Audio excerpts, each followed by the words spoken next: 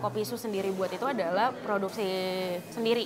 Awal-awal itu kita tuh bener-bener terjun sendiri. Kita tuh motong-motong gula merah sendiri sama di packing sendiri. Kemudian dikirim ke franchise itu. Jadi sesuatu yang menurut kita lucu juga ya kalau dipikir-pikir. Bener-bener kita lakuin sendiri pada saat awal-awal gitu.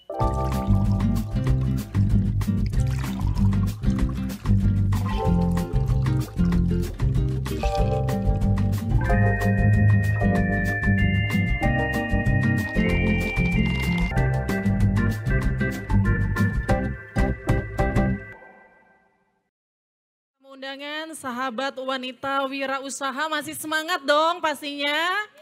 Beri tepuk tangannya dong. Itu panel 1 seru.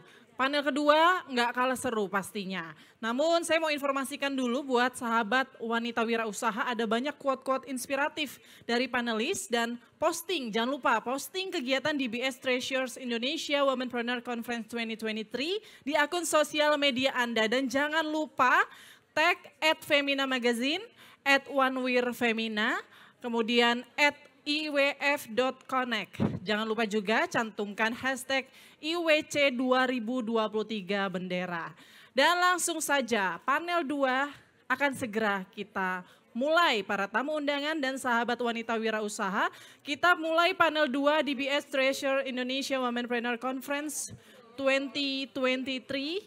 Sesi dengan tema konsumen Gen Z punya cerita. Saya langsung saja panggilkan para panelis kita. Untuk panel kedua, panelis pertama adalah Dian Fiona, co-founder Jiniso. Mbak Dian silahkan naik ke atas panggung, beri tepuk tangannya. Di tahun 2014 Mbak Dian ini mendirikan Jiniso, brand lokal jeans wanita karena melihat sedikit brand lokal dengan produk jeans berkualitas di tanah air.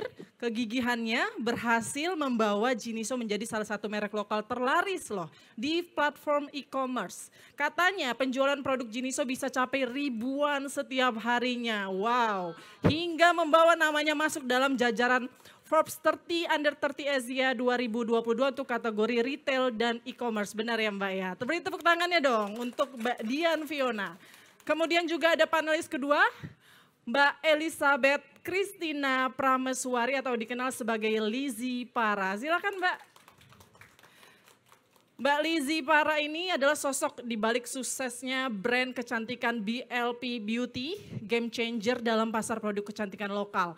Berbekal keberaniannya untuk keluar dari zona nyaman, ia sukses mendirikan BLP Beauty di tahun 2016.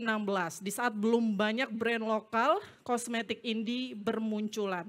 Dan dimulai dari 8 warna lip cream yang dijual online, termasuk yang saya pakai juga ini dari BLP Mbak, saya suka banget. Kemudian juga website blpbeauty.com, saat ini BLP Beauty memiliki lebih dari 200 produk dari make up hingga skincare. BLP Beauty juga memiliki toko offline yang ada di kota Jakarta, Bandung, Surabaya, Yogyakarta, dan Bali. Beri tepuk tangannya. Kemudian kita juga punya panelis ketiga, ada Sylvia Surya, pendiri Kopisu. Silakan Mbak menduduki sofanya. Nah Mbak Sylvia ini terjun ke bisnis kopi dengan membangun brand Kopisu sejak tahun 2017. Mbak Sylvia sukses berinovasi dengan diferensiasi produk berupa menu kopi room regal yang menjadi unique selling point. Karakter tersendiri dari Kopisu yang berbeda dari pemain kopi lainnya yang sangat banyak saat ini. Dan tidak berganti pemandu acara kita dengan panel 1, ada Mbak Peti. Silakan Mbak Peti. Baik kalau gitu Mbak Peti sudah duduk di atas panggung, langsung saja saya berikan 1 jam ke depan untuk panel kedua. Silakan Mbak Peti. Terima kasih Putri, mudah-mudahan belum bosan teman-teman sama muka saya. Oke, kita memasuki panel yang kedua.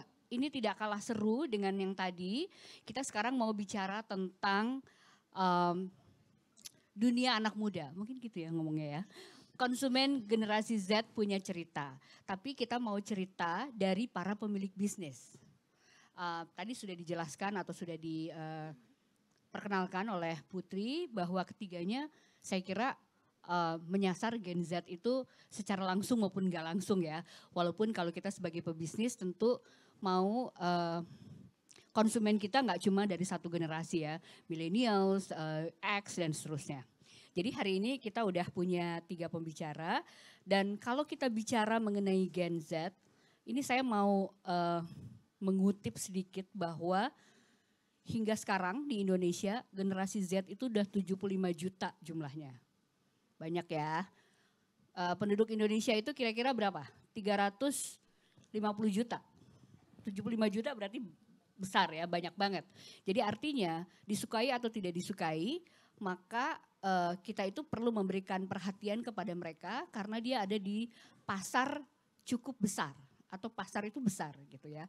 Dan kita tahu juga si Gen Z ini juga mempunyai karakter yang berbeda dari generasi sebelumnya, even dengan millennials misalnya ya. Saya mungkin di sini mau mengatakan bahwa mereka ini sebagai digital native benar-benar hidupnya sudah mungkin lebih dari 50% online. Ya kan? Apapun yang mereka ingin tahu, apapun yang mereka mau beli, mereka itu akan membuka gadgetnya dulu sebelum mungkin dia pergi ke toko offline dan seterusnya. Demikian juga ketika mereka mau membandingkan produk kita dengan orang lain. Gitu. Entah dia misalnya melihat review atau mereka melakukan review sendiri. Nanti mungkin saya mau tanyain ya pengalaman teman-teman ini. Oke, dari saya mungkin pengantarnya seperti itu. Jadi hari ini kita akan bertemu dengan Dian Fiona, pemilik atau co-founder dari Jiniso. Jeans, siapa yang gak suka jeans, dan saya sangat kagum penjualan jeansnya Jiniso itu ternyata sangat besar ya di pasar. Nanti boleh cerita sama kita. Kemudian ada Lizzy Para, saya kira banyak banget yang udah kenal sama Lizzy. Suka banget sama lip tintnya ketika baru pertama kali muncul ya, lipstick ya. Itu semua orang kayaknya harus beli produknya Lizzy Para ini. Dan sekarang juga sudah merambah ke skincare ya. Keren banget. Dan karena saya suka kopi, seneng banget ada pebisnis kopi di sini. Kita nyebutnya kopi so ya atau so? Kopi su. Oh kopi su ya, kopi su yang juga nanti akan ngobrol-ngobrol sama kita. Oke, saya mau tanya, di sini ada yang pebisnis kopi nggak? Ada. Ada yang jual, ada pebisnis kosmetik atau skincare atau produk spa? Ada juga ternyata. Ada yang memproduksi jeans spesifik? Kalau yang fashion? Oke. Baiklah. Oke, Dian, salam kenal. Kita belum pernah ketemu sebelumnya, tapi saya udah melihat banyak orang membicarakan mengenai Jiniso ini. Mungkin bisa cerita dulu gimana awal mula Jiniso ini berdiri. Dan kenapa langsung jeans gitu? Ya. Halo semuanya, kenalkan nama saya Dian, sekarang saya umurnya udah 30. Oke, pas kalau ya. Dulu kreatif banget, tapi sekarang saya butuh orang-orang kreatif di kantor. Nah, cerita awalnya itu saya kuliah, habis kuliah saya bingung mau ngapain. Jadi sebenarnya kalau misalnya kalian gak ada background bisnis, nggak ada background dagang, itu nggak perlu khawatir karena sama kayak saya gitu, jurus kepepet gitu. Jadi setelah lulus S1 saya bingung mau ngapain, tapi beruntungnya papa saya tuh selalu ngomong, kamu mau usaha apa, kalian sama adik-adik itu mau usaha apa, papa dukung. Nggak harus ini, nggak harus itu gitu, yang penting kalian happy aja gitu ya. Nah, papa aku produksi jeans dari sudah 20 tahun yang lalu. Jadi waktu saya udah SMP itu aku lihat sendiri papaku produksi jeans seperti apa. Ya beruntungnya seperti itu ya backgroundnya. Jadi saya memang ada mindset, wah ini sih kalau jeansnya papa tuh emang enak dipakai gitu loh. Nah terbukti saat saya kuliah itu saya kasih tuh 3 sampai 4 jeans bawa ke teman-teman di UPH gitu ya. Ini bokap gue nih bikin jeans, coba lu pada pakai lah gitu. Itu nggak kepikiran aku mesti dagang. Terus saat itu di tahun 2016 gitu ya, kalau nggak salah, itu memang lagi marak-maraknya jualan online di Facebook. Jadi teman-teman kuliah aku memang udah bikin rok-rok yang warna-warni gitu ya. Itu dipasarin dan laku. Begitu mereka pakai jeansnya papa aku, mereka ngomong, Dian kenapa kamu nggak jualan online aja nih? Di situ, bagus nih pertemanannya. Nah, pulang ke rumah, terus aku lihat memang udah setiap hari di rumah tuh banyak banget jeans. Terus aku bilang sama papaku, Pak boleh gak sih itu 2 lusin itu ya. Aku pinjem dulu buat aku coba jual. Aku bilang gitu. Terus papa bilang, oh ya silakan gitu. Papaku jualnya itu menjadi supplier. Jualnya ke Tanah Abang jadinya. Karena memang gak pakai merek dan kita sama sekali gak branding. Memang hanya produksi saja, lempar ke Tanah Abang bos-bosnya lah gitu ya. Terus aku comot 2 lusin, terus aku jual. Terjual lah 5, 4, wah bagus nih. Terus aku tanya sama papaku, Pak ini jadi aku bayar ke papa berapa nih? Oh nggak usah. Jadi sama modal-modalnya aku telen. Nah itu memang baiknya papaku lah ya. Dia tidak sama sekali tuh tidak memperhitungkan apapun, dia kasih kesempatan ke anaknya. Tapi uniknya adalah terjual 5 ke new customer. Tapi mereka akan balik lagi gitu. Mereka ternyata balik lagi karena saking enak pakainya gitu. Di situ aku punya cita-cita, wah ini nih masa depan aku memang di jeans gitu.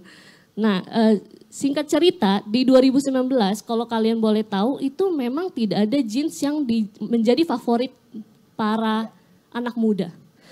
Ada yang murah tapi kualitasnya parah banget. Ada yang kualitasnya bagus tapi mahal banget. Mereka gimana cara belinya? Di sana aku melihat ada gap yang bisa aku isi untuk generasi Gen Z, milenial juga pada saat itu.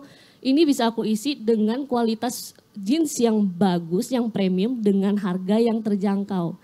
Itu yang membuat Jiniso bisa sampai sekarang karena memang kita sangat komitmen untuk membuat jeans yang berkualitas. Harganya berapa Dian? Kalau kamu ngisi gap itu berapa tuh? Gak nyampe 200.000. Gak nyampe 200.000? 150 sampai 175. Oke, Ya. Oke lah ya. Jadi sama dengan dia bisa menabung, mungkin nggak beli dulu jajan tapi beli jeans ini ya. Ya. Gitu kira-kira ya. Oke, menarik ya teman-teman ya. Waktu awal sebetulnya udah ada toko? Atau ikut papa di Belum. toko Tanah Abang itu? Papa memang nggak pernah buka toko. Nggak pernah Jadi ya, memang karena hanya reseller, konveksi. wholesaler ya, Betul. konveksi. Konveksi. Jadi waktu awal kamu buka langsung e-commerce? Oh enggak, saya coba dulu di Tanah Abang juga. Tapi di Oh, Blok B. oke. Blok B itu agak semi-semi online. Tapi bukan online marketplace karena memang saat itu belum ada marketplace. Nah, begitu, Semi-semi online itu apa? jadi tuh dia reseller tapi Ha-ha. jualannya tuh ada aplikasi sendiri. Oh gitu. Betul, Oke. di situ kita bisa bikin aplikasi, memang semua toko Tanah Abang tuh pakai aplikasi itu. Jadi mereka order di aplikasi, pagi-pagi kucuk-kucuk datang ke toko mau ambil nih nomor pesanan sekian gitu. Nah 1 tahun saya buka toko, tiba-tiba resellernya kok jadi berkurang. Oke. Ternyata usut punya usut, muncullah itu marketplace yang pertama itu di Indonesia. Terus aku sama suami aku waktu itu belum jadi suami, masih pacaran. Pacar. Ya, terus aku bilang, ayo kita online aja deh. Dan kebetulan suami aku memang hobi banget branding. Oke. Buatlah namanya Jiniso Jeans Indonesia. Gitu. Oh, Jiniso Jeans Indonesia. Oke, terima kasih. Ini menarik ya teman-teman. Jadi ada satu persepsi yang suka bilang gini, kalau yang bikin bisnis anak muda pasti dia mau langsung keren. Nggak mau tuh di Tanah Abang. Ternyata nggak juga. Artinya opportunity itu bisa datang dari mana aja ya gitu. Dan kebetulan orang tua memang berbisnis di bidang itu juga ya. Mungkin itu sangat membantu waktu awal ya Dian ya. Gitu ya. Oke, terima kasih Dian untuk ceritanya. Sekarang saya mau ke Lizzie nih. Mungkin pertanyaan saya gini. BLP ini datang secepat kilat dan naiknya secepat kilat juga. Kira-kira mungkin kalau bahasa saya seperti itu ya Lizzie ya. Artinya memperkenalkan lipstick lalu kemudian in the blink kita udah lihat wah dia udah punya produk-produk lain makeup. Lalu kemudian belakangan juga sudah memproduksi skincare. Nah, mungkin pertanyaannya adalah turning point dari bisnisnya Lizzie ini gimana sih gitu. Waktu awal misalnya milestone-nya dari sini ke sini bikin apa, lalu kemudian apa gitu. Ini menarik untuk di-share kalau nggak keberatan. Oke, selamat pagi semuanya. Karena kalau buat aku selalu pagi ya, biar semangat terus nih. Betul. Terima kasih kebetulan sudah diundang bersama perempuan-perempuan hebat di sini. Oke, jadi mungkin aku singkat cerita kali ya awal mulanya itu gimana. Jadi aku tuh tumbuh jadi perempuan yang tomboy sebenarnya. Jadi kalau ngelihat aku tuh 3 bersaudara, kakakku laki-laki, aku punya adik perempuan. Dulu tuh dia yang lebih centil, sedangkan aku tuh kemana-mana pakai celana basket. Ibarat kata kalau kalian lihat New Jeans band K-pop itu kan pakainya celana-celana gede gitu. Nah itu aku tuh dulu kayak gitu. Dan sama mamaku, kebetulan mamaku ada di situ, selalu dibilang kamu nih pakai baju jelek banget sih gitu ya. Tapi kemudian aku tumbuh ternyata menyukai satu hal yaitu art gitu. Sampai akhirnya aku lulus kuliah tahun 2007. Kemudian aku masuk ke satu company multinational waktu itu makeup, L'Oreal Indonesia. Dan ternyata di situ aku dibukakan mata, wow dunia beauty itu seru banget ya. Dan itu pertama kali aku ketemu Mbak tuh di situ ya, ketemu Femina zaman itu ya. Kemudian setelah 2,5 tahun aku memutuskan untuk resign dan aku mengalami kayak pergolakan batin lah. Gimana nih, apakah aku lanjut ke perusahaan beauty yang lainnya atau aku kemudian mengambil karir sebagai makeup artist. Dan akhirnya aku putuskan untuk menjadi makeup artist di tahun 2011 pada saat itu. Dan di situ mulailah dunia online tuh bermunculan ya. Dan sehingga orang tuh mulai mengenal si Lizzy Para ini sebagai seorang makeup artist, garis miring seorang beauty blogger pada saat itu. Lagi musim ya beauty blogger ya. Jadi aku nge-review makeup, kemudian bikin portfolio makeup semuanya di Blogspot pada saat itu. Muncullah YouTube, muncullah Instagram, sampai akhirnya orang mulai mengenal aku ini sebagai seseorang yang memang ahli di bidang beauty lah pada saat itu. Tapi pada saat aku lagi make upin klien nih ya, ada satu hal yang sangat sering terjadi di dunia makeup pada saat itu. Orang tuh akan bertanya, kamu make upnya pakai brand apa? Kalau aku sebut satu aja lokal brand, mereka akan langsung menganggap makeup artist ini adalah tier sekian. Nggak mungkin dianggap tier 1. Dan aku melihatnya adalah sebuah hal yang perlu diperbaiki. Karena sebenarnya pada saat itu banyak sekali lokal brand yang bagus tapi mungkin di mata orang kita kurang keren pada saat itu. Kurang up to date pada saat itu. Dan ada satu hal lagi yang aku lumayan sering dapatkan pada saat aku suka sharing di sosial media. Mereka tuh suka tanya, Kak Icil caranya gimana sih supaya lebih pede? Kok Kak Icil kan mohon maaf ya Kak Icil tuh kecil, nggak mungil sih, aku tuh agak gendut gitu ya. Orang ngomongnya aku chubby gitu ya. Tapi gimana sih caranya kok bisa percaya diri? Dan aku merasa makeup itu adalah satu senjata yang buat aku tuh sangat powerful. Sehingga aku bisa tampil lebih percaya diri. Jadi instead of orang fokus dengan badan aku yang chubby, orang akan bertanya, eyeshadow lo apa sih? Makeup lo apa sih? Dan itu adalah satu hal yang mencetuskan titik poin awalnya bagaimana seorang Lizzy Para memiliki ide untuk membuat si kosmetik itu. Tahun 2015 pada saat itu. Nah, pada saat itu nggak kayak sekarang ya, gampang banget cari informasi di mana pabrik kosmetik berada. Di situ nggak ada Mbak. Dan aku tuh harus literally door to door mencari di Google pabrik kosmetik Indonesia. Dan akhirnya dari sekian banyak yang aku kirim, hanya satu yang membalas aku. Dan itu adalah pabrik pertama yang aku ajak kolaborasi. Setelah bolak-balik akhirnya aku berhasil meluncurkan si BLP tahun 2016 dan start dari 8 produk yang kita sebut sebagai lip coat 2016 gitu. Ada hal yang waktu itu lumayan menggelitik ya.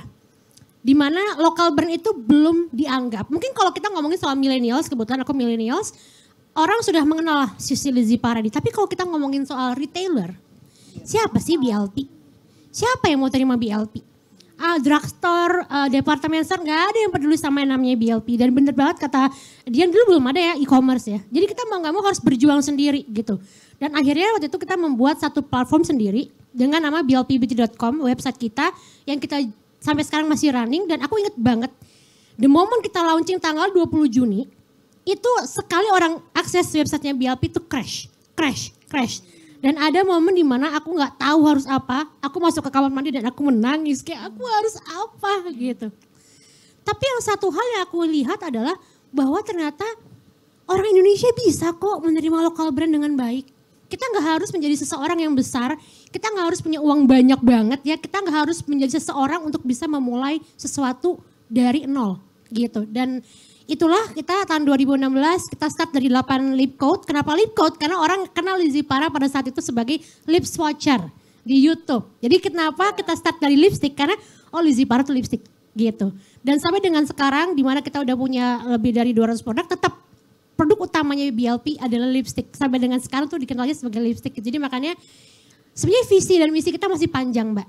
Gitu. Kita sudah 7 tahun di bulan Juni kemarin dan masih banyak sekali hal yang kita ingin terus terapkan, tapi satu hal yang sampai sekarang menjadi melandasi setelah pergerakanku di dalam menjalankan BLP adalah setiap kita melakukan sesuatu, setiap keputusan yang kita harus jalani, kita harus lakukan itu dengan baik gitu, do good anyway gitu. Makanya itu yang terus kita terapkan sampai dengan sekarang, di mana kita ingin supaya siapapun nih teman-teman di sini mungkin cobain BLP atau melihat BLP di sosial media atau ketemu langsung bisa merasakan hangat yang aku alirkan melalui produk-produk yang ada di BLP gitu kurang lebih. Brandingnya nyampe tuh ya harus ke produk ya. Self love sih sebenarnya. Self love. Self love ya.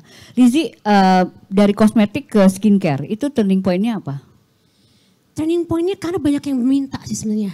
Awal mulanya. Kalau gitu kebutuhan kalau itu ya. Iya banyak yang minta. Ya. Betul. Dan makanya kalau kita berbicara mengenai produk BLP pasti semuanya back to basic. Kita jarang tuh pakai bikin produk yang terlalu aneh lah ya. That's why kita start dari BLP Skin juga something basic which is hydration.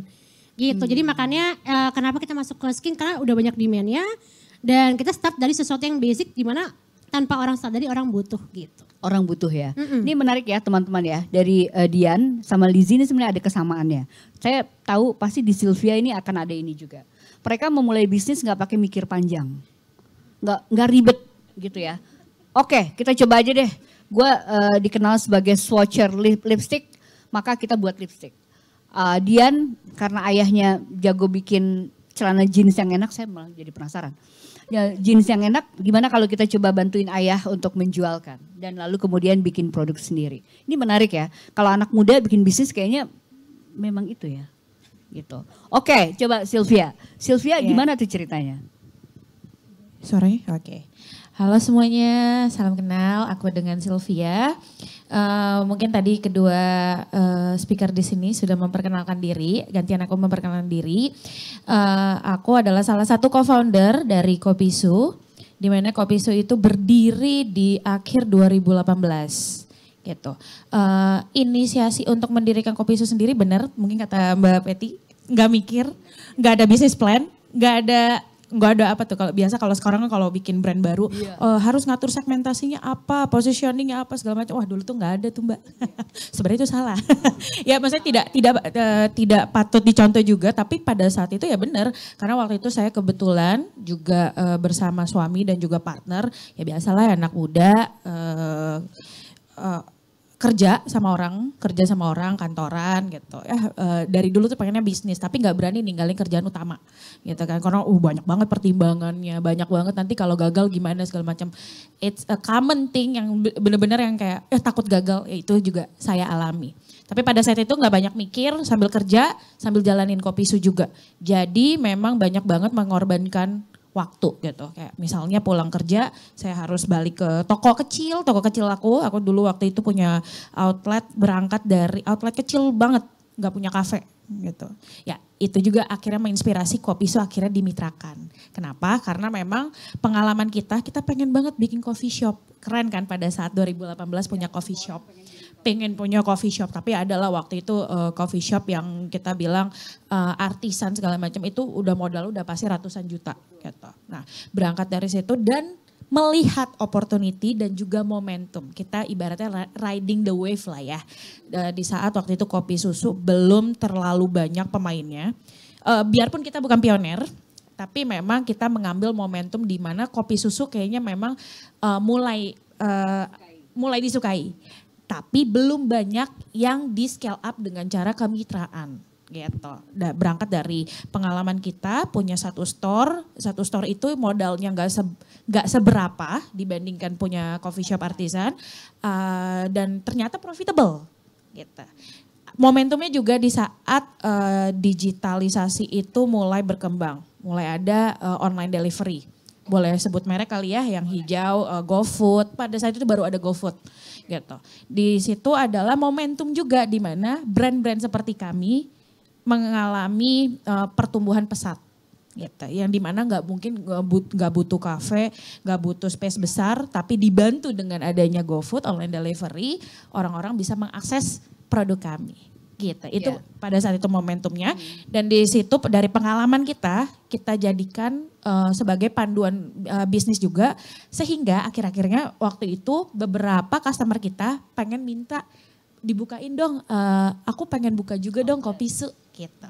Makanya waktu itu banyak banget yang nanya, dari 2018 sampai 2020 kita bisa hit sampai 200 outlet, jadi 1,5 tahun gitu. Nah disitulah momentum di mana bisnis seperti ini sangat disukai oleh orang banyak. Selain produknya, tapi orang tuh juga mencari bisnisnya. Gitu. Jadi keuntungannya dari dua pihak ya, produknya itu sendiri dan bisnisnya itu sendiri yang orang kepengen bermitra, membuka dan segala macam gitu ya. Betul, kalau Kopi Su betul. Oke, ini menarik ya teman-teman. Digital itu memang mempercepat atau mengakselerasi bisnis saat ini ya. Itu saya kira di Lizzie Para begitu juga, di Jiniso begitu, Kopi Su barusan dikatakan ketika si GoFood itu muncul, itu kayaknya udah jadi game changer buat bisnis ini. Oke, saya mau ke segmen yang kedua nih ya. Pertanyaan mengenai generasi konsumen generasi Z ini. Bisa mulai dari Dian mungkin ya. Dian, kalau Dian lihat konsumen mudanya Dian, saya yakin beli jeans sih semua orang lah ya gitu. Tapi konsumen Z ini yang sekarang mungkin usianya belasan tahun hingga awal 20-an tuh, sebetulnya ketika dia membeli jeans, apa yang menjadi pertimbangan dia? Saya mikir kalau celana jeans ini nih persaingannya sangat saturated ya, banyak banget tuh di pasar gitu. Maksudnya dia pilihannya banyak lah gitu kasarnya. Tergantung dia duitnya mau berapa, itu semua ada. Dan saya kira sekarang Jiniso tuh udah ada Jiniso yang lain juga riding the waves gitu. Nah mungkin boleh cerita apa yang pertimbangan mereka kalau memilih Jiniso tuh apa gitu. Dan itu bisa menjadi satu insight buat Dian juga. Oh gue kalau ngedeketin si Gen Z ini caranya begini gitu. Silakan. Iya, berangkat dari yang tadi juga bahwa tahun-tahun ini tuh lagi tahun serba digital gitu. Apalagi ada platform baru yang kita upload video, orang tuh bebas banget komen di sana gitu. Yang komen siapa? Gen Z. Yang lihat siapa? Gen Z juga. Jadi kalau aku boleh menilai, aku nggak tahu di dunia bisnis lain gimana, tapi kalau fashion itu kualitas memang mereka tuh sangat-sangat memperhatikan. Jadi kalau dulu mungkin cara dagangnya kita di Tanah Abang ya beli satu gratis satu atau hari ini diskon up to berapa gitu kan, langsung pembelinya langsung banyak. Tapi kalau zaman sekarang tuh nggak bisa. Kita terlalu hard sell, mereka akan menilai kenapa nih lagi cuci gudang, lagi nggak laku ya kayak gitu. Curiga, jadi memang bagus juga adanya Gen Z ini membuat kita para pembisnis ini jadi refleksi diri lagi gitu. Berkaca kembali apa kurangnya kita di bagian kualitas gitu ya. Jadi adanya platform baru itu, ada live streaming, ada short video gitu. Gen Z itu bebas banget mengutarakan perasaan dia dan mereka tuh berani loh. Jadi ada cerita lucu juga di Jiniso, kalau kalian bisa pernah buka aplikasi itu, Jiniso sekarang udah live streaming 24 jam. Selama 24 jam itu dan semua hostnya itu Gen Z, jadi di Jiniso kantor kita itu 99% deh itu semua Gen Z. Umurnya di bawah 23 semua. Jadi ya itulah consumer kita Gen Z, yang kerja juga Gen Z gitu. Jadi hostnya itu dibagi beberapa shift ya. Di sini ada nggak sih yang jualan di marketplace online juga? Apa semuanya online? Siapa yang berjualan di marketplace? Oke, yang jualan di sosial media seperti TikTok dan lain. Ya boleh sebut ya. Boleh nggak apa-apa. Iya, jadi itu struggle-nya is real, benar gak? Jadi begitu host kita yang Gen Z itu menggebu-gebu, jadi Jiniso kan active jeans, jadi itu aku selalu latih, guys kalian tuh jangan lesu-lesu ya, harus semangat nih, kalau jualan lagi hard sell, ayo hard sell, kalau lagi launching, ayo launching, jadi tuh energinya tuh kita bangun terus gitu. Ada suatu ketika memang aku kurang tahu juga, hostnya kita tuh mungkin terlalu bersemangat. Jadi itu kita terima DM, terima komen, itu hostnya judes banget sih. Kayak gitu loh. Itu tuh membuat kita tuh, wah nih hati-hati nih Gen Z nih gitu ya. Cara aku ngomong ke Gen Z, si host ini gimana? Aku bilang, guys ini ada masukan nih, kalian tuh kayaknya terlalu menggebu-gebu apa gimana, apa ada yang judes ya? Enggak kok Ci, lagian dia nanya itu, size ini dong, kan udah dijawab, nanya lagi.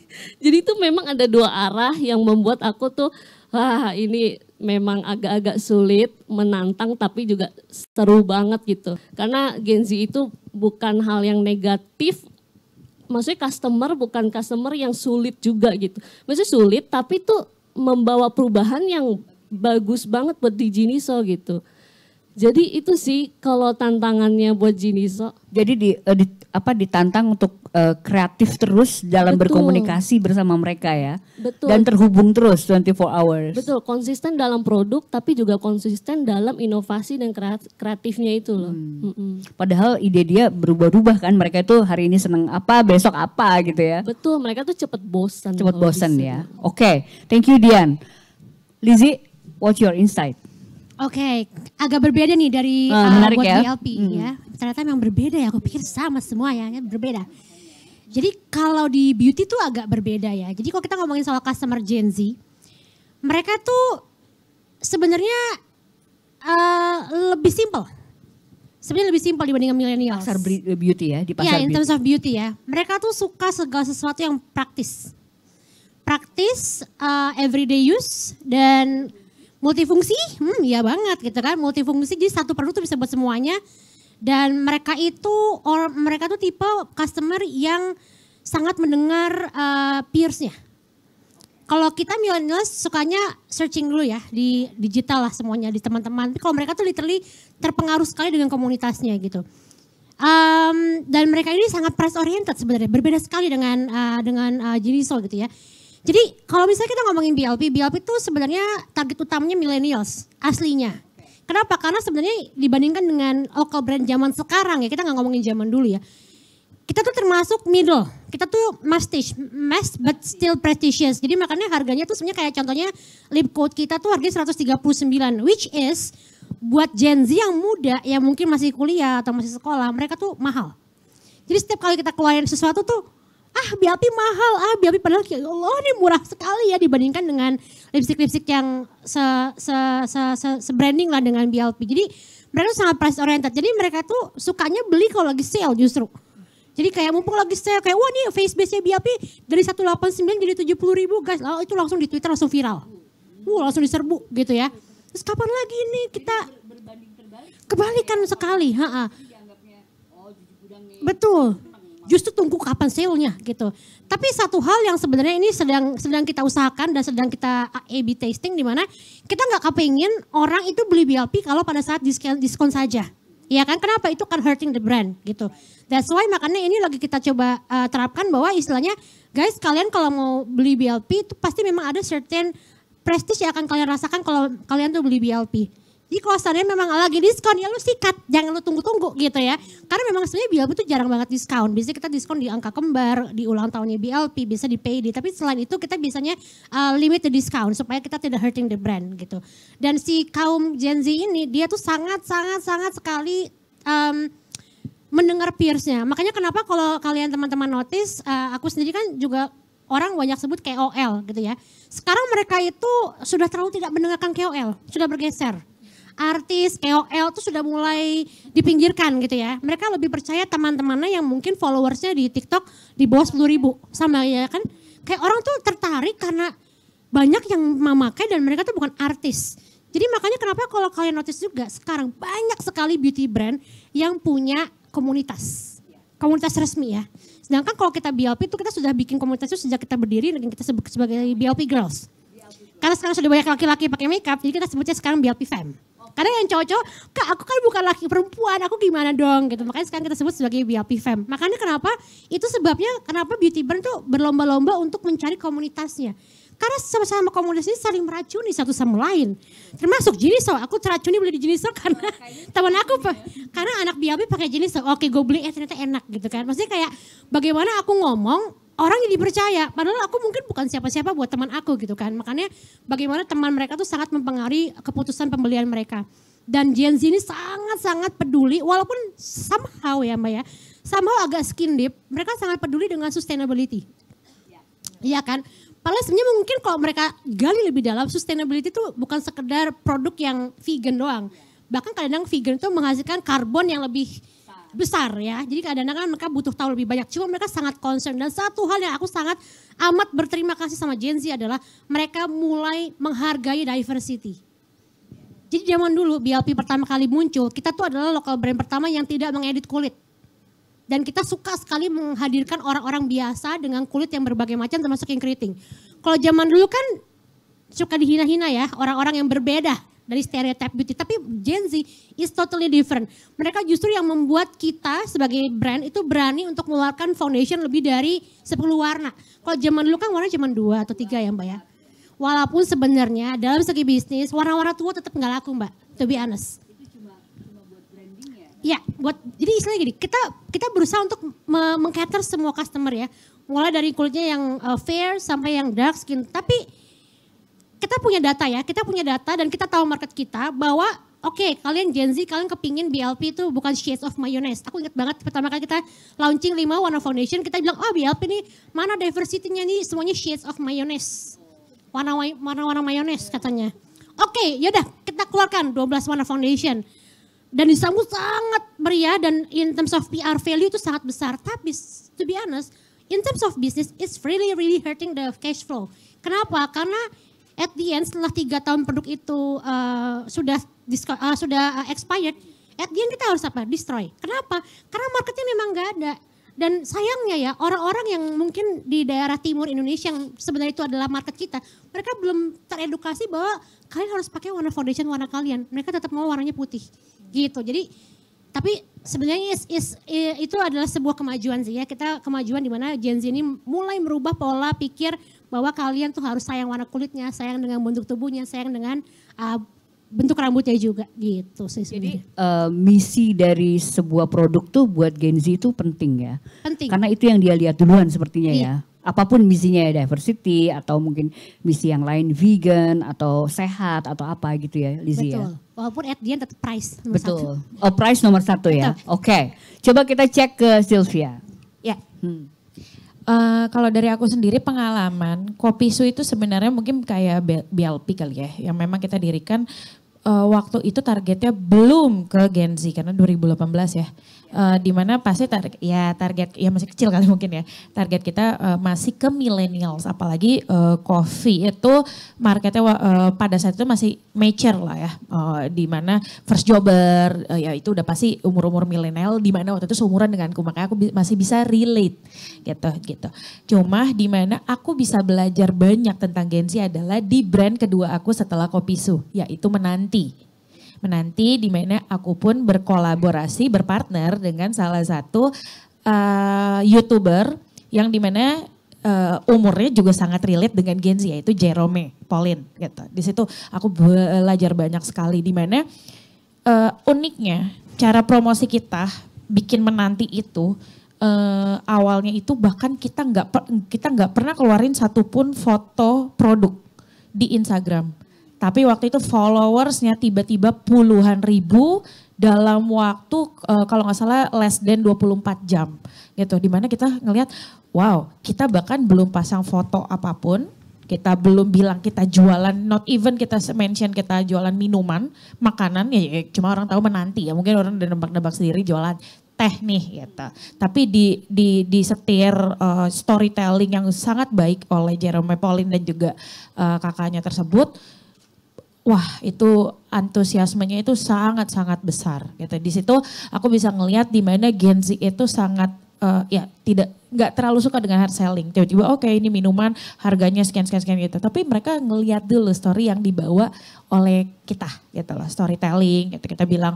Dan mereka sangat suka diajak untuk terlibat ngasih. Waktu itu kita kan lempar dulu kan kepada customer. Waktu itu ada beberapa mungkin warna-warna atau maskot yang belum jadi, kita minta pendapat dari audiens, kita minta pendapat dari followers. Mereka ikut apa ya ibaratnya ya, kasih pendapat. Oh ya ini kayak ini bagus nih, ini lucu nih kayak gini.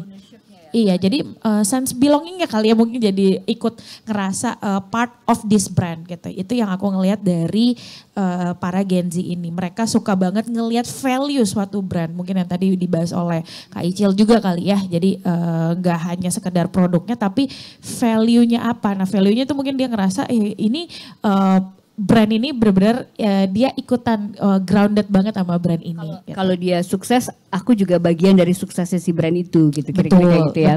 Betul. Kira-kira seperti itu sih yang aku ngelihat Gen Z itu sangat unik. Awalnya denial juga kayak perlukah kita masuk ke Gen Z? Perlukah? Marketnya 70 juta kita loh. aja gitu kan. Kita masih relate sama milenial. Tapi udah 2 tahun belakangan ini kita tidak bisa seperti itu. Karena Gen Z adalah sesuatu yang baru tapi sesuatu yang mereflek kita juga as milenial buat mempelajari mereka tuh seperti apa sih. Ya.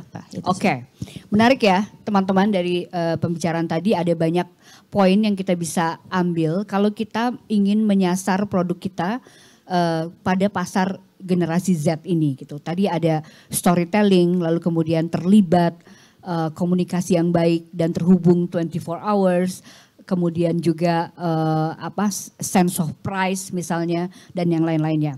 Sebelum saya lanjutkan, saya mau kasih kesempatan ada yang mau bertanya, udah burning question gitu. Silahkan, mungkin 2 orang. Oke, ada satu di sini, satu lagi. Saya nggak bisa lihat. Oke, kita mulai dulu dari yang di belakangnya Mbak Ei. Ada Mbak Ei ya? Hai Mbak. Oke, silakan ada di belakang. Oh ikut nanya, oke. Boleh dibantu mic-nya? Menarik ya si Gen Z ini, 70 juta loh total dalam populasi kita. Banyak ya. Dan sekarang udah gede mereka, udah boleh minum kopi, udah punya uang cukup banyak. Itu kan poinnya sebenarnya. Oke, silakan. Mungkin boleh berdiri. Selamat siang Mbak Peti. Selamat siang. Boleh disampaikan namanya siapa, dari mana, biar semua kenal Mbak. Selamat siang semua teman-teman di sini. Nama saya Ermi Tisnyati, saya dari Jakarta.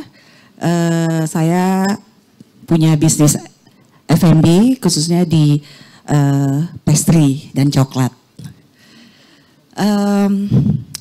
Saya senang sekali diundang untuk acara ini dan memang kalau nggak diundang juga tetap mau datang. Karena ada judul yang saya sangat suka yaitu yang sekarang, konsumen Gen Z punya cerita.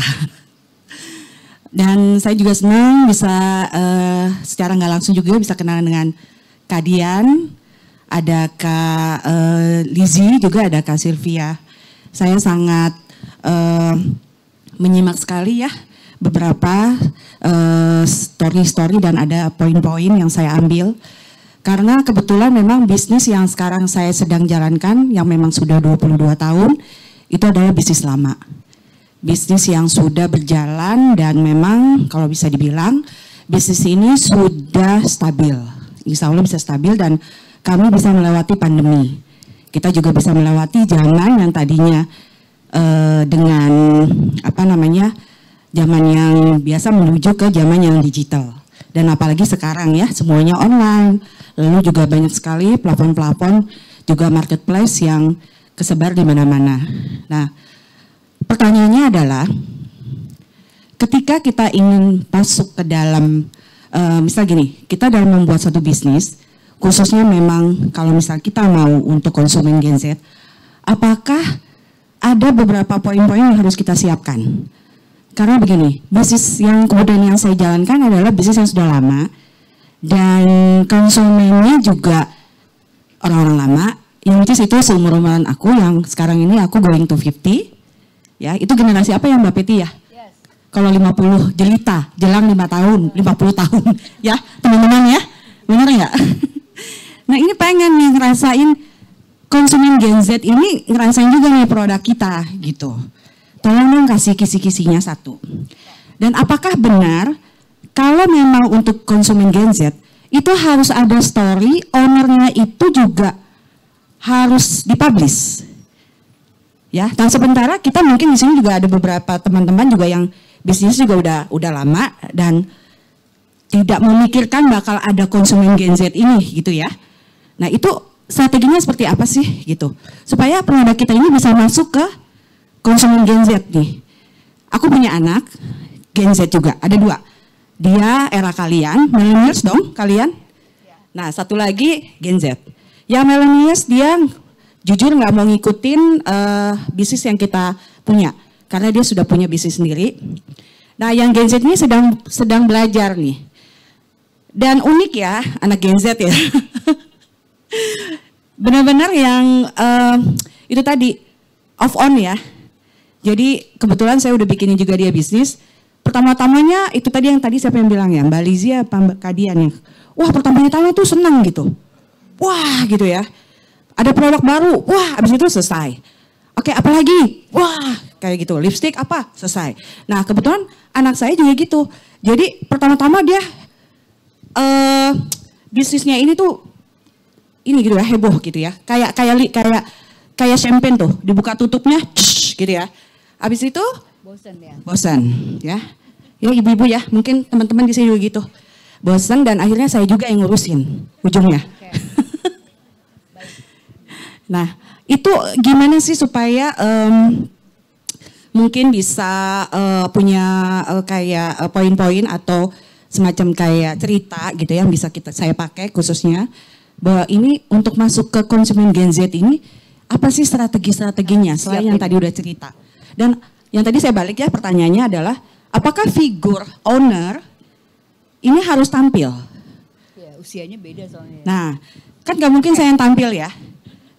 Mau gak mau harus yang muda juga dong. Itu benar gak sih kayak gitu? Yang ketiga, boleh ya? Gak apa-apa ya sampai 3. Tim yang kalian, itu apakah memang harus khusus?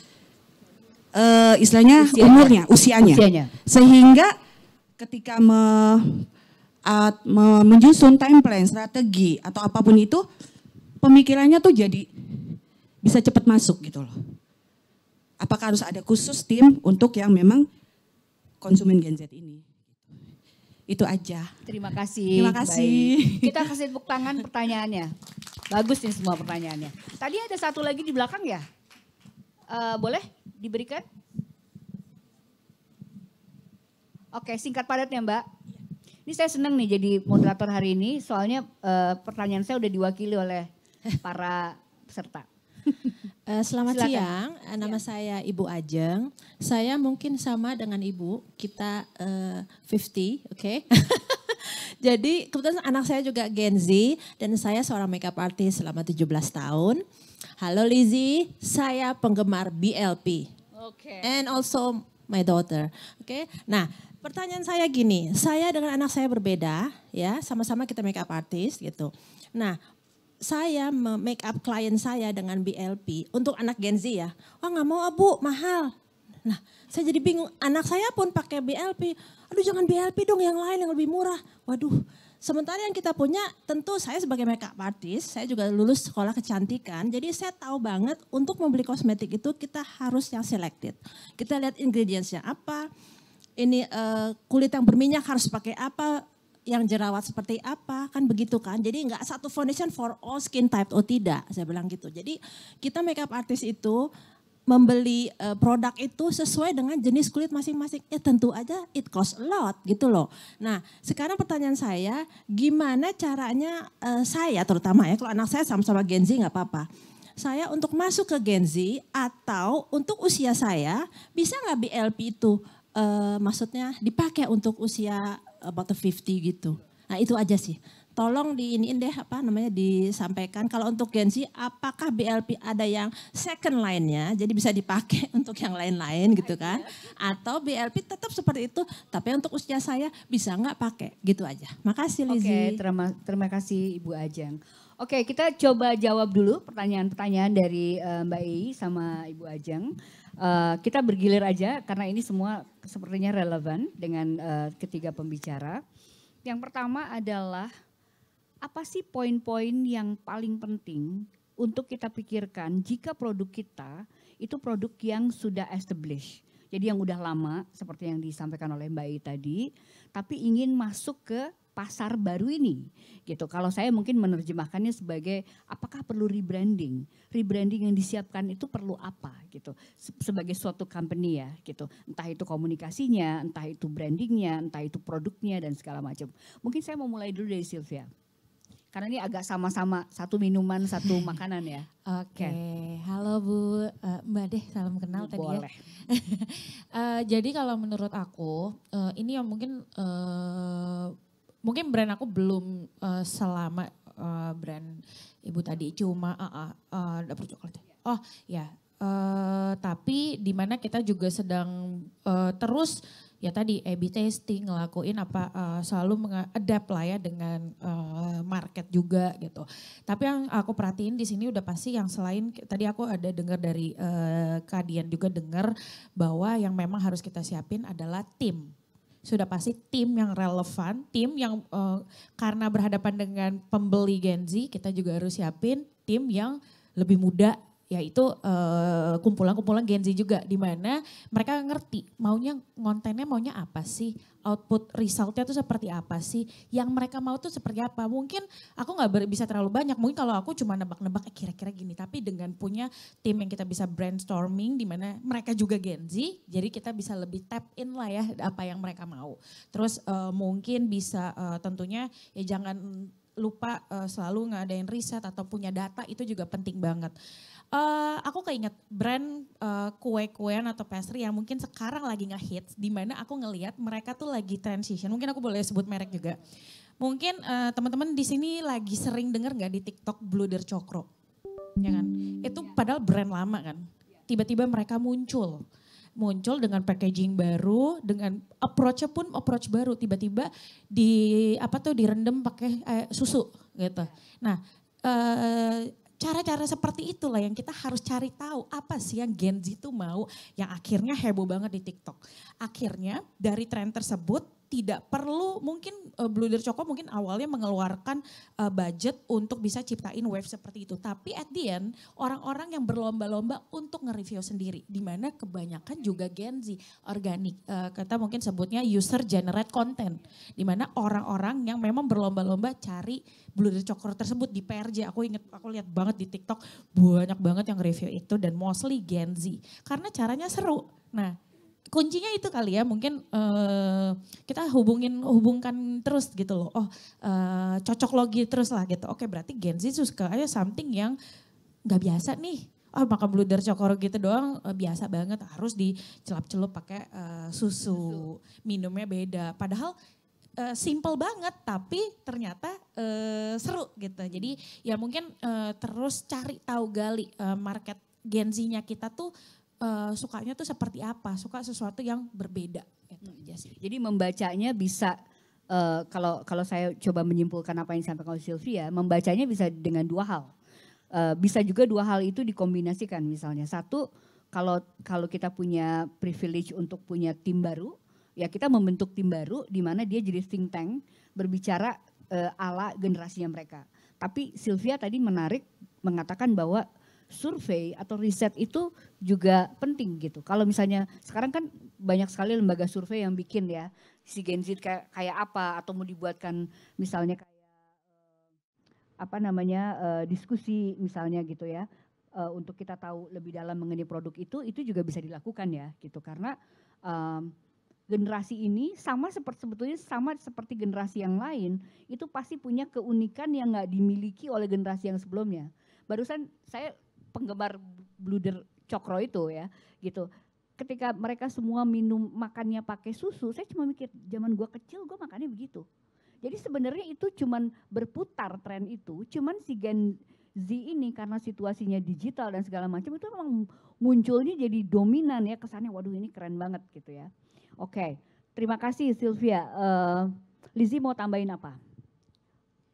Kalau dari saya sih kurang lebih sama ya, maksudnya kamu sendiri punya tim yang iya, Z ini? Kita itu sudah 60% Gen Z sekarang. 60%. Iya, Oke. 40% masih millennials gitu. Karena millennials bisa menduduki managerial level, C-level ya. Jadi bosnya tetap Iya, yang harus tetap lebih tua, kalau millennials. enggak chaotic ya. Kadang-kadang Gen Z itu suka itu kayak tadi anaknya ibu ya suka berubah-berubah gitu. Kadang-kadang suka aduh kayak saya butuh Males. cuti kayak butuh buat mental health gitu kan. Itu kan kalau healing gitu. Maksudnya kalau kita tetap butuh generasi yang lebih betul yang lebih berpengalaman dalam hal waktu dan lebih stabil sebenarnya in terms of tidak kutu loncat gitu ya sebenarnya. Jadi benar sekali bahwa sebenarnya kalau misalnya memang bisa ada timnya itu akan lebih baik gitu. Kenapa? Karena itu kadang-kadang tuh kita suka mengira-ngira ternyata salah gitu ya. Kayak Gen Z sukanya ini deh, ternyata pas kita ke lapangan loh kok beda gitu. Dengan adanya data juga kita jadi bisa lebih membaca customer ini sukanya apa gitu. Kadang-kadang apa yang kita pikirkan tuh suka berbeda, apalagi kalau kita berbicara soal bisnisnya ibu yang sudah lama sekali ya dan sebenarnya to be honest sampai dengan sekarang kalau kita ngomongin toko pastry dan coklat top of mind aku salah satunya masih Dapur Coklat gitu. Jadi mungkin butuh lebih dipermudahkan aja cara memarketingkannya dan feelingku sih kayaknya butuh tim yang in charge di situ dan mungkin yang memang menjadikan itu sebagai sebuah pekerjaan. Jadi dia ada eager untuk mencari tahu lebih banyak bagaimana cara reach out ke generasi yang lebih muda gitu. Itu Jadi yang dapur tambahannya. coklatnya sendiri tidak masalah, justru itu aset gitu. Itu Sekarang strong tuh kan banget orang sih. lagi seneng tuh apa istilahnya brand yang vintage. Itu kan sebenarnya mau bilang oh brand ini udah lama gitu kan. Cuman cara ngomongnya memang harus ala sekarang gitu kira-kira ya. Kebetulan aku baru beli kemarin Dapur Coklat. Kan? Dan Kayaknya itu kalian dapat juga seru. tuh di goodie bag Iya nanti. betul. Jadi makanya lebih butuh komunikasi yang lebih young aja sih sebenarnya. Oke. Dian? Iya Bu, saya penggemar banget Dapur Coklat. Umur 17 tahun, 17, aku dikirimin Dapur Coklat itu ada foto saya di atasnya. Wah gila zaman apa ini ada foto, keren banget ini kue, itu Dapur Coklat. Jadi Bu, aduh jangan sampai mau rubah nama, rubah logo, jangan pernah. Karena gini loh, aku pernah banyak deh orang-orang kayak teman-teman papa yang memang kasusnya sama Bu, mau turun ke anaknya tapi anaknya tuh gimana, bapak nggak ngerti, anak nggak ngerti, datang ke saya sama suami, datang ke kantor Jiniso, dia nanya ini Dian bisa bantu om nggak, ini anaknya nih mau coba bisnis di kasur, jadi kasur dari offline dia mau terjunin ke online, gimana caranya nih, anak susu nih baru pulang dari Australia nih, kuliah sudah tinggi, sudah tahu finansial, udah jago banget, tapi mau terjun ke bisnis real, ini tuh gimana gitu. Satu hal yang benar-benar kita tekenin, jangan sampai gini loh, si ayah pasti punya dong si level yang memang sudah jago karena memang udah established gitu loh. Dan jangan berharap anak itu langsung kita kumpulin dengan si level yang sudah kita punya nih yang established, kita terjunin juga di online. Menurut saya itu akan kacau balau Bu, karena anak belum ngerti, si level kita juga nggak ngerti gitu loh. Jadi ini akan membuat satu lingkaran yang mungkin nanti offline-nya jadinya berantakan kayak gitu ya. Jadi yang aku maksud adalah kalau misalkan kita mau terjun ke bisnis, alangkah baiknya anak dulu yang ngerti. Jadi itu kadang datang dia anak bawa si level papanya semuanya mau belajar, mau dengerin. Kita ngobrol, nanti anaknya ngomong ke si levelnya, tuh dengerin ya gitu. Aku tuh kayak agak kesal, oh jangan dulu, lu gak perlu kasih tahu si level dulu, kamu dulu yang ngerti. Cara iklan gimana, kamu yang ngerti. Kamu belajar dulu cara iklan, kamu dengerin kita cara branding, apa gunanya hashtag, apa itu TikTok, apa itu Shopee, gimana caranya kita berhubungan sama orang TikTok, gimana cara kitanya berjualan di Shopee, itu caranya tuh beda-beda. Jangan sampai kita lempar itu dulu langsung kita nggak mau tahu apa-apa karena papa kita punya orang-orang hebat udah lempar. Nggak bisa gitu. Kita dulu yang ngerti sebagai anak, habis itu baru kita kumpulin. Begitu kita ngerti, sama kayak aku. Pertama kali aku ngerti, aku nggak ada impian kayak punya tim kreatif 17 gitu. Aku nggak punya impian punya desain grafis 3 apa 4. Punya impian kreatif konten creator. Itu sampai ada yang joget-joget berapa 10 orang. Nggak punya, aku nggak punya mimpi kayak gitu. Yang aku lakuin adalah aku ngelakuin dulu apa yang aku bisa. Endorsement aja, aku yang urus sendiri. Edit foto sampai hari ini. Makanya penting banget tuh micromanagement. Gak bisa kita langsung, oh udah nih Jiniso udah segede gini. Udah yuk kita ke jalan-jalan yuk ke Australia yuk 2 bulan 3 bulan, gak bisa. Sepenting itu kita tahu bisnis yang kita sudah bangun dari nol. Serajin-rajinnya karyawan kita, selama-lamanya dia kerja sama kita. Yang cinta mati sama brand itu kita sendiri. Kalau cinta semua cinta lah. Wah Jiniso nomor 1, semuanya semangat kita beliin makan. Tapi kalau namanya cinta mati itu cuma kita sebagai foundernya gitu. Itu yang kita selalu terapin. Betul. Aku mungkin ada masukan buat ibu, dapur coklat itu bagus banget. Jangan sampai ibu punya pikiran ganti logo, aduh serem banget bu. Sekarang zamannya tuh banyak banget namanya creative agency. Creative agency itu kerjanya apa? Mereka yang akan melakukan survei yang tadi Ibu bilang. Survei dapur coklat siapa yang tahu? Menurut saya Bu, satu Indonesia mungkin udah tahu. Itu udah nilai plus banget dibanding kita bikin bisnis baru. Terus yang kedua adalah siapa kompetitor dapur coklat di era Gen Z ini? Karena kan banyak banget bisnis baru yang baru bermunculan. Apa bedanya dapur coklat yang akan kita bangun lagi untuk Gen Z dengan dapur-dapur yang lain gitu loh. Apa bedanya coklat kita sama coklat yang lain? Dan kenapa mereka suka yang itu? Kenapa mungkin sukanya yang sebelah sana gitu. Dan penjualan kue, cookies itu di mana gitu yang paling besar? Marketplace yang sebelah mana? Itu yang Ibu mungkin perlu tahu dari creative agency. Waktu itu Jiniso sudah kita bangun, namanya Jiniso gitu kan, hashtagnya Jiniso emang keren gitu ya. Tapi ada satu titik, tahun pertama aku sama suami bingung, ini Jiniso mau kita bawa ke arah mana gitu ya. Akhirnya kita kontak lah creative agency. Kita cari sampai 20, nggak ada yang cocok. Kenapa? Karena itu yang perlu kita hati-hati sama creative agency. Nggak semua, tapi kebanyakan creative agency itu dia memang sudah booklet gitu loh. Jadi kalau mau rebranding ya, logonya diganti. Waktu itu pernah aku dengar ada dia kasih kita contoh, aku nggak bisa sebut, tapi ibarat kata itu brand Rolex yang emang udah tuh mahkota gini logonya. Diganti sama dia gitu, wah kita sayang banget gitu. Kenapa itu brand yang sebagus itu sampai ganti logo gitu. Ya mungkin creative agency itu yang bisa kita ambil adalah perubahan zamannya. Kayak gitu sih.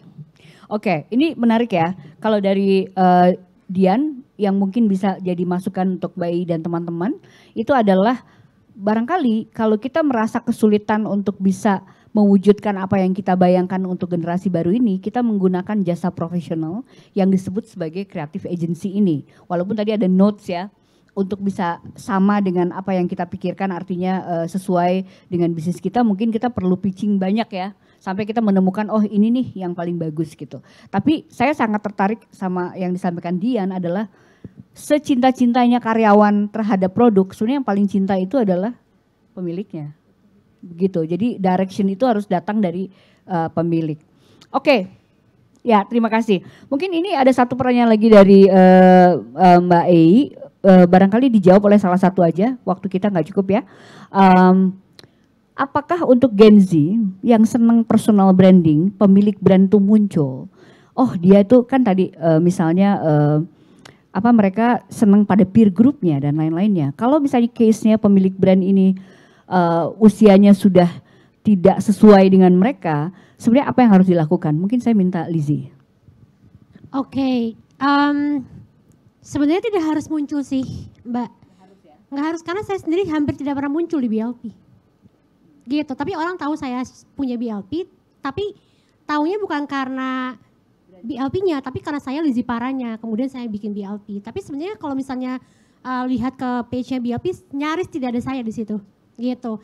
Jadi sebenarnya balik lagi ke strategi masing-masing brand sih. Kalau misalnya merasa bahwa si founder ini memiliki story yang relate dengan target customer-nya, it's good untuk share gitu ya. Karena Gen Z itu suka dengan story, suka dengan kenapa ini bisa begini, bagaimana prosesnya. Makanya kenapa sekarang sudah tidak ada rahasia. Kalau zaman saya dulu makeup artist makeupin semuanya yang namanya bedak tuh dipindahin semua biar nggak ketahuan pakai merek apa. Tapi kalau sekarang justru malah makeup artist sharing gitu kan. Sama juga dengan pebisnis. Sekarang banyak sekali pebisnis yang suka sharing, termasuk kayak kita bertiga dan tadi 3 orang wanita hebat yang sebelumnya kita sharing gitu. Jadi baik lagi, apakah foundernya ini butuh ditampilkan sesuai nggak dengan target marketnya? Kalau tidak sebenarnya tidak perlu sih. Justru malah value dari brand ini yang perlu dinaikkan. kenapa brand ini ada, bagaimana brand ini tuh percaya dengan value apa, itu justru yang harus ditampilkan. Dan itu yang salah satu yang dipedulikan sama si Gen Z. Mereka nggak gitu peduli dengan foundernya siapa, kalau sebenarnya foundernya tidak perlu hal yang mungkin nggak menarik buat mereka gitu. Nggak perlu sih sebenarnya, Nggak perlu ya? Tidak harus. Tidak harus. Value-nya itu yang harus muncul ya? Justru value-nya yang harus dimunculkan gitu. Oke, thank you Lizzie. Lizzie, tadi ada pertanyaan dari Ibu Ajeng tentang BLP, mungkin bisa singkat padat. Apakah punya ideas untuk bikin BLP versi generasi Z yang lebih murah? Oke, kalau second line gitu. Second line, mungkin bisa dipikirkan ya nanti ya second line. Tapi kalau ditanya yang tadi apakah bisa untuk mature, of course bisa. Mama saya salah satunya pengguna setiap hari, sudah tidak pernah pakai merek lain. Dan yang saya yang sudah umur 93 tahun juga masih pakai BLP. Jadi sebenarnya itu cukup versatile sih, bisa dipakai untuk semua anak gitu ya. Termasuk yang umur 11 tahun juga sudah bisa, tapi jangan lupa bersihkan makeup habis itu. Kalau untuk second line kita catat ya. Kita catat. Jadi dari hari ini ada opportunity baru nih kayaknya Lizzie ya. Gitu. Oke, saya mau kasih satu pertanyaan terakhir untuk para pembicara kita yang keren ini hari ini berbicara mengenai pasar Gen Z. Pertanyaan saya adalah seperti ini. Kita tahu bahwa mereka ini melihat kreativitas dan inovasi itu sesuatu yang kayaknya udah hari-harinya mereka ya. Ya mungkin gambar yang jeleknya adalah cepat bosen, tapi gambar positifnya mereka selalu menerima sesuatu yang baru itu cepat banget gitu. Nah saya ingin bertanya mengenai hal ini melalui produk unggulan dari masing-masing. Dari Copiso, dari BLP maupun dari Jiniso gitu. Kalian tuh produk unggulannya apa sih yang paling laku di pasar dan segala macam. Dan insight apa yang bisa diambil dari situ berkaitan dengan kreativitas dan inovasi itu. Mungkin saya mulai dulu dari Dian. Kalau produk nomor 1, jadi Jiniso ada hijab, sekarang ada kaos, ada jaket jeans, dan ada celana jeans. Sekarang lagi ngehits itu rok jeans yang di bawah dengkul. Jadi hijabers juga tetap bisa pakai. Nah, yang kita dapat itu dia, kita bikin komunitas itu di TikTok. TikTok itu uniknya adalah komunikasinya 2 arah gitu. Kalau kita taruh di sosial media, komen-komennya cuman kayak wah keren, wah iya gitu. Tapi entah kenapa kalau di TikTok tuh komennya tuh lebih leluasa gitu untuk semua yang Gen Z gitu ya. Mereka bisa bilang, Kak adain dong high waist yang udah ada kancingnya gitu. Karena kemarin-kemarin tuh Jiniso jualnya jeans plus kancing pengecil. Jadi kan namanya online, itu kan jeans nggak bisa dicobain gitu. Bisa jadi datang beda satu size gitu ya. Kita kasih tuh kancing pengecil terpisah. Jadi mereka bisa ngecilin pakai kancing itu. Sekarang kita baru banget launching jeans namanya Underage. Underage itu hashtagnya itu untuk anak muda yang di bawah umur 25. Jadi masih sekolah, masih SMA, SMP pun bisa pakai jeansnya kita gitu. Caranya gimana? High waist kita bikin udah ada kancingnya nempel di pinggang. Jadi tuh bisa langsung mereka adjust di sana. Kita dapat inspirasi itu dari mana? Dari audiens juga gitu. Jadi berbalik kepada kita karena kita juga mau mendengarkan mereka juga begitu terlibat juga dalam brand gitu. Produknya bisa lebih praktis dan nggak ada masalah dengan lingkar pinggang segala macam gitu ya. Oke, Lizzie? Oke, kalau misalnya kita ngomongin soal BLP pasti everything is back to basic. Jadi makanya kenapa itu tercermin dari produk yang jadi best seller sampai dengan saat ini. Salah satunya adalah produk pertama yang kita launching tahun 2016. Namanya lip coat shade-nya Butter Fudge. Oke, ada yang tahu Butter Fudge? Sampai kita sekarang sudah mematenkan Butter Fudge. Saking dia nomor 1 di penjualan. Dia tuh bahkan bisa mengcover semua produk lipstick yang ada di BLP. Namanya Butter Fudge. Yang kedua adalah face powder. Itu juga salah satu yang best seller. Jadi kalau dilihat sebenarnya 2 produk ini tuh adalah produk-produk basic. Jadi kita tetap harus ya istilahnya kalau sebagai beauty brand itu istilahnya gini. Demand-nya itu mengharuskan semua beauty brand untuk launching terus. Karena itu akan build excitement. Dan itu akan meningkatkan engagement di website ataupun di social media. Tapi at the end, based on data, orang akan kembali ke produk yang basic lagi. Bisa kita launching eyeliner warna merah, biru sama coklat. Itu hype-nya keren banget ya waktu itu ya. Karena kita adalah the only one yang waktu itu launching eyeliner warna-warni. Tapi sebenarnya based on data, di time 1 tahun atau mungkin dari pertama kali kita launching, tetap best sellernya itu adalah si Butterfudge dan si Face Pounder BLP. Jadi makanya apabila kita punya produk, kita harus make sure ada produk yang akan kita jadikan sebagai hero dan itu akan kita jadikan sebagai pahlawan kita sampai nanti-nanti, harus kita maintain terus gitu. Jadi makanya walaupun kita udah banyak launching, kita udah punya 200 produk, tapi tetap nomor satunya adalah si Butterfudge. Dan kalau kita sudah punya identity produk, seperti misalnya kayak ram ya, kopi su yang ram ya, iya kan, itu harus dipatenkan. Kenapa? Karena banyak banget orang yang bikin Butterfudge dupe, Butterfudge KW. Ya banyak, adalah harga mungkin jauh lebih murah. Tapi at the end, kalau orang sudah tahu Butterfudge, dia akan kembali ke Butterfudge. Dan itu harus kita protect. That's why kita sudah punya hakinya Butterfudge. Jadi kalau seandainya ada yang pakai kata Butterfudge untuk produk apapun yang berhubungan dengan beauty, kita bisa sue gitu. Jadi kita harus protect keunggulan produk kita supaya tidak dipakai oleh kompetitor kita gitu. Jadi itu juga menggambarkan bahwa si konsumen itu udah percaya sama produk ini karena baliknya ke yang basic kan, bukan ke yang in fashion gitu ya. Ya betul. Oke. Itu butuh waktu berapa? Sekarang kita 7 tahun ya. 7 tahun ya teman-teman. Jadi kalau baru 3 tahun ya belum sampai. Oke. Sylvia, ini kayak ada kesamaan. Ceritain tentang RAM itu, pasti itu salah satunya. Ya benar banget, itu selain jadi salah satu winning product, itu jadi turning point juga. Dimana kita keluarin RAM Regal itu, kan back to basic ya. Kalau tadi Mbak Peti itu makan bluder itu pakai susu, kita makan Regal pakai susu dan kita twist sedikit pakai RAM.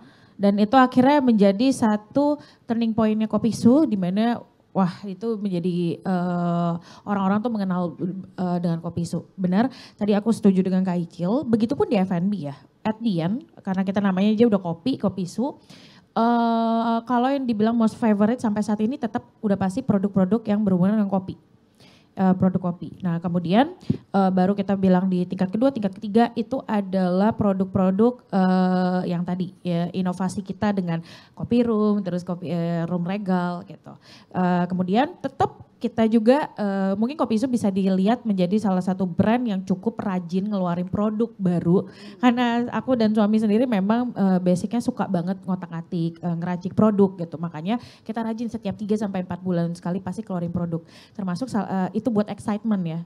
Excitementnya gak hanya menu baru, biasa kita juga kadang ngadain inovasi. Kita pernah kolaborasi loh sama Jiniso. Oh gitu, tadi saya denger tuh, saya bisa baca gerak bibir soalnya. Oh gitu? Kamu ngobrol, Lucu kok ya? udah inovasi gitu, Iya.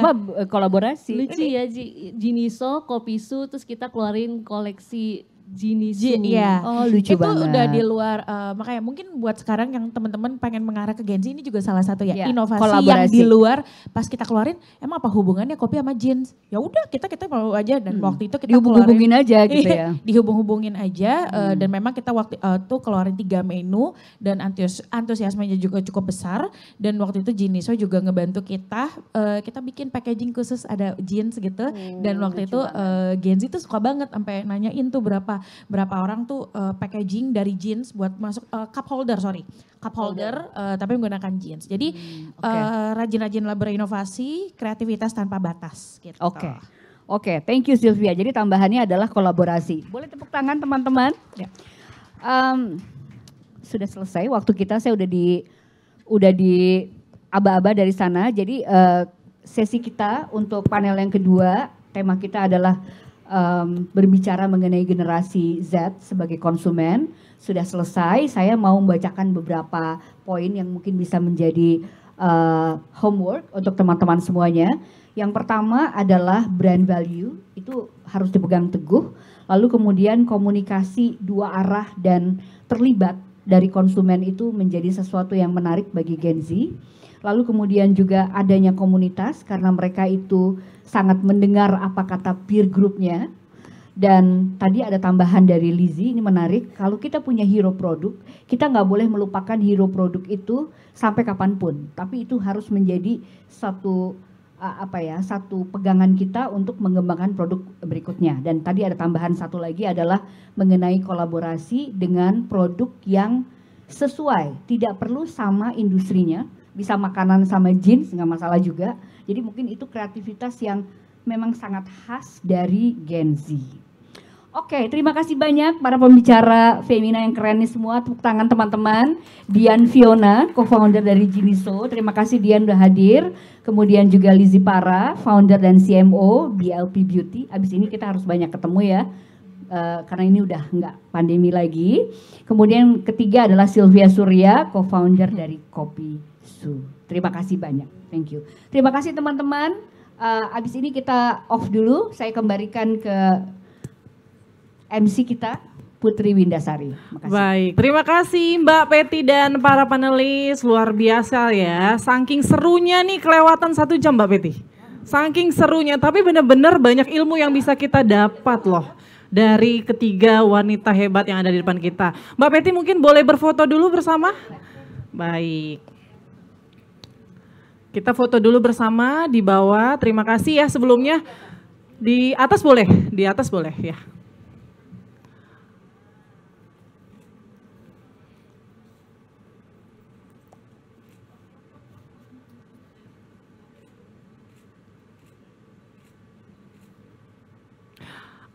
Oke, sudah. Baik, terima kasih banyak Mbak Dian Fiona, Mbak Lizzy Para, dan Mbak Sylvia Surya telah memberikan pengalamannya dalam membangun bisnis, menghadapi tantangan, kemudian juga tadi juga menarik ya, ada kolaborasi antara jeans dan kopi. Siapa sangka makanan dengan kemudian konveksi mungkin bisa kolaborasi begitu. Berarti tidak menutup kemungkinan rekan-rekan yang di sini berkenalan dengan teman-teman baru, siapa tahu ada ide-ide kolaborasi yang bisa muncul hari ini. Baik, terima kasih. Dan tak terasa sahabat wanita wirausaha, kita sudah di penghujung acara. Semoga diskusi hari ini itu banyak membawa manfaat untuk kita supaya kita tetap semangat, tetap berjuang, pantang menyerah dan terus berinovasi dalam membangun bisnis kita. Baik. Nah, setelah break makan siang di BS Treasures Indonesia Womenpreneur Conference 2023 akan kembali hadir dengan kelas inspirasi. Jadi hari ini ada 3 kelas inspirasi, jangan sampai dilewatkan. Sesi pertama itu dimulai pada pukul 14 waktu Indonesia Barat, yaitu cara mudah urus izin BPOM untuk bisnis lebih kredibel. Nah, kelas ini tuh dikhususkan kepada para pebisnis kuliner, jadi jangan sampai lupa jam 14 waktu Indonesia Barat. Kemudian ada kelas kedua, mentoring investasi dan proteksi. Nah, kelas ini tertutup untuk para pebisnis tahap scale up dengan omset di atas 2 miliar. Silahkan mendaftar langsung di meja registrasi yang ada di depan. Kemudian nanti kita juga punya sesi kedua, itu dimulai pukul 16 waktu Indonesia Barat, ada 1 kelas yaitu cara untung jadi reseller. Teman-teman yang sudah memiliki e-voucher silahkan untuk melakukan registrasi ulang di meja registrasi 30 menit sebelum kelas dimulai. Nah, saya mau spill dikit nih untuk besok. Kita akan kembali di BS Treasures Indonesia Womenpreneur Conference 2023 akan kembali dengan topik peluang dan kreativitas bisnis. Jadi jangan sampai dilewatkan juga, besok tetap hadir dan jangan terlambat. Nah, di akhir acara saya mewakili PT Prana Dinamika Sejahtera menyampaikan ucapan terima kasih kembali kepada para mitra yang telah berkolaborasi dengan acara DBS Treasures Indonesia Womenpreneurs Conference 2023 yang berlangsung selama 2 hari, hari ini dan besok 11 hingga 12 Juli 2023 di Multifunctional Hall Plaza Indonesia. Terima kasih untuk mitra utama kita DBS Treasures, kemudian mitra pemerintah, Kementerian Koperasi dan UKM, Kementerian Perdagangan dan Badan Perlindungan Obat dan Makanan BPOM. Terima kasih untuk official venue partner kita Plaza Indonesia, mitra ahli kita Inventure, Smesco dan Perhumas. Kemudian juga terima kasih untuk mitra pendukung Art Hotel Tamrin Jakarta, Mandarin Oriental Jakarta, The Mayflower Jakarta Marriott Executive Apartment dan Nest Studio. Kemudian ada mitra pendukung kita juga, terima kasih untuk Bluebird, DHL, Dapur Coklat, Tahu Petis Yudhistira, Lapis Bogor Sangkuriang, Rumah Juliet Vegan Bakery Cafe, Itlah, Ayam Amanah, Among Boga, Panji Serabi Hijau, Si Cangkir Kopi, Go Heritage, Havelty, Dilma, Pastel Flow, Batik dan mitra komunitas ada ACSB Indonesia, DP3 AKB, Iwapi Jawa Barat, Soko Guru, Think Woman, UKMindonesia.id, Womenpreneur Community, YOT, terima kasih. Kemudian ada mitra wirausaha kita juga, terima kasih Alo Dokter, Duanyam, BLP, Jiniso, Kopisu, Button Scarf Beauty, kami, Rabani Tour and Travel, Mazara Cheese, Moire Grax, Purana, Rabani Tour and Travel, MSZ, Broad & Co, Jetala Aneu, Ina Cookies. Kemudian ada mitra media kita juga, terima kasih untuk Femela.com, Waspada Online, Women's Obsession, Femina Gadis, Ayah Bunda, dan Parenting Indonesia. Saya Putri Windasari, terima kasih atas kebersamaannya. Jangan lupa kita bertemu lagi esok hari. Terima kasih. Assalamualaikum warahmatullahi wabarakatuh.